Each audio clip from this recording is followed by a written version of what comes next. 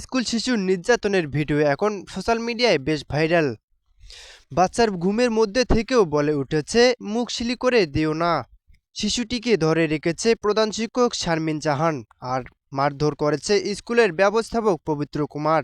শিশুটির বাবা জানান, স্কুলে প্রি প্লে শ্রেণীতে ভর্তি হওয়ার মাত্র এক সপ্তাহের মধ্যে তার ছেলের এমন অমানবিক নির্যাতনের শিকার হলো। নির্যাতনের ভিডিও দেখে তারা হতভম্ব। ছেলে বারবার বলেছিল, আঙ্কেল বলছে বাসায় বললে গলায় পাড়া দেবে। ঘটনাটি 18ই জানুয়ারি নয়াপল্টন এলাকায় মসজিদ রোডে শারমিন একাডেমি নামে একটি স্কুলে ঘটে।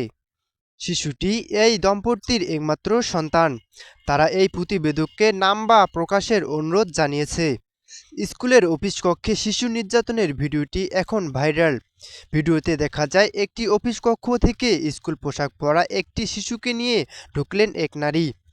শিশুটিকে প্রথমেই ওই নারী চড় মারলেন। ভিডিও ফুটেজ থাকা নারীটি শারমিন একাডেমির প্রতিষ্ঠাতা প্রধান শিক্ষক শারমিন জাহান এবং পুরুষটি হলেন স্কুলের ব্যবস্থাপক পবিত্র কুমার। শান্তরা অর্পণ, সমবেলা, নয়াপল্টন।